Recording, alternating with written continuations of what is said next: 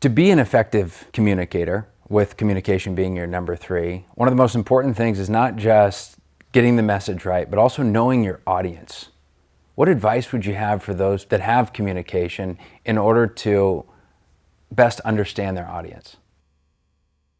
That is a very difficult one, because I think understanding your audience means is you need to get out of yourself.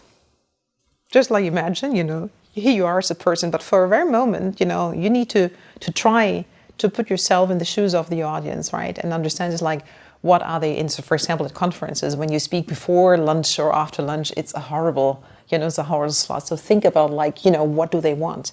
Or what I said also earlier, if you have bad messages or good messages, what is it that people are expecting you?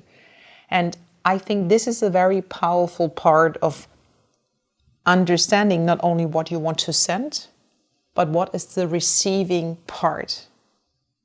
And if you receive a message and you are in a certain, sad mindset, in a certain atmosphere, you will perceive certain things differently than in others. Yeah. So, and I think it's like, this is of course now, it doesn't mean that you can do that on a day-to-day basis. But I think if you are aware of certain situations, then you know when to communicate what, when to better be silent. Now, am I capable of doing that all the time? No. Especially maybe just with my kids, I definitely say sometimes things that I think is it would have been much better to say it at a different time or a different voice, or just not being angry or something like that. But having that reflection also to learn from that and to understand that maybe next time you do it differently, I think this is what makes effective communication. And for me, there is many things that I could watch, or many things that I could read. But if I have the feeling, watching maybe a talk show or something like that, if I'm sitting there and maybe there's interesting things that the people say, but it doesn't make anything to me. It doesn't really I can't relate to what they're talking about. It's maybe in a way that I think is this is an awful way to have that communication. And I think we all do know that. Then I stop listening. I might be still watching it, but I stop listening and I will not memorize it. So the effective communication is do it in a way, tell a story so people can remember that. I'm sure that we have all had that experience that we're sitting somewhere and someone is giving a lecture, giving a speech and whatever, and we actually think it's super entertaining, we even may laugh or whatever, but then a day later, if someone asks you, so what did that person say? You don't remember anything.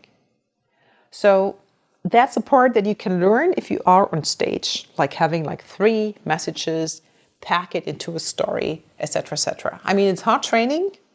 Even if you are talented, that's something that you really need to train. But okay, it's possible to make it.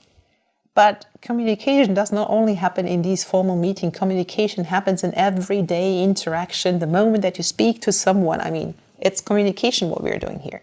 So the thing is you cannot train that. You cannot stage it. You need to understand, how can I reach a person's mind? How can I say things that the person will remember that? And for me, it is, I remember things that created an emotion with me. It could be joy, it could be unhappiness. So I also sometimes connected with, for example, if you would ask one of my former assistants, she said, there's an email, something like that, have we ever seen it? And I would say, yeah, I remember that I was answering to that person. And I guess it was on my way flying to wherever. That must have been in autumn of that and that year. And she said 99% of the times you were right, because I remembered, I had a scenario in my case, I remembered what was happening around me, I remembered the stage that I was in, and so I remembered the story.